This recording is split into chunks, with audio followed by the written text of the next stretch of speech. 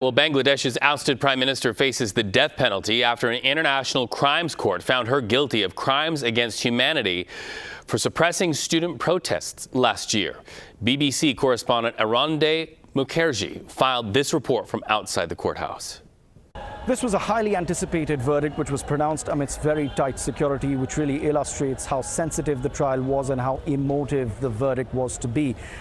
Sheikh Hasina and her former interior minister were found guilty on charges of crimes against humanity. The judge, however, was lenient on the former police chief, giving him a sentence of 5 years because he felt that he had cooperated with the investigators. What was also significant is no sooner had the sentencing been announced that she was sentenced to death, the courtroom erupted in applause, which really again illustrates how emotive this entire issue has been.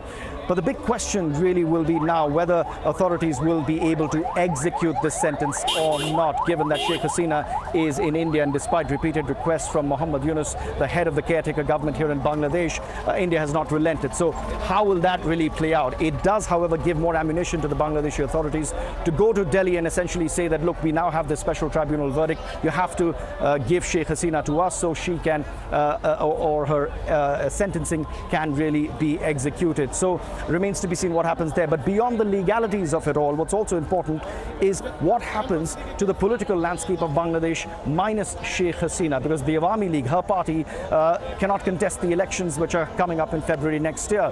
What happens now in terms of Bangladesh's political future? Who takes over after this caretaker government, given that someone who has played such an influential role in Bangladeshi politics for decades is now no longer part of the equation? So all of that very, very critical, because this is certainly going to be a new political era for Bangladesh.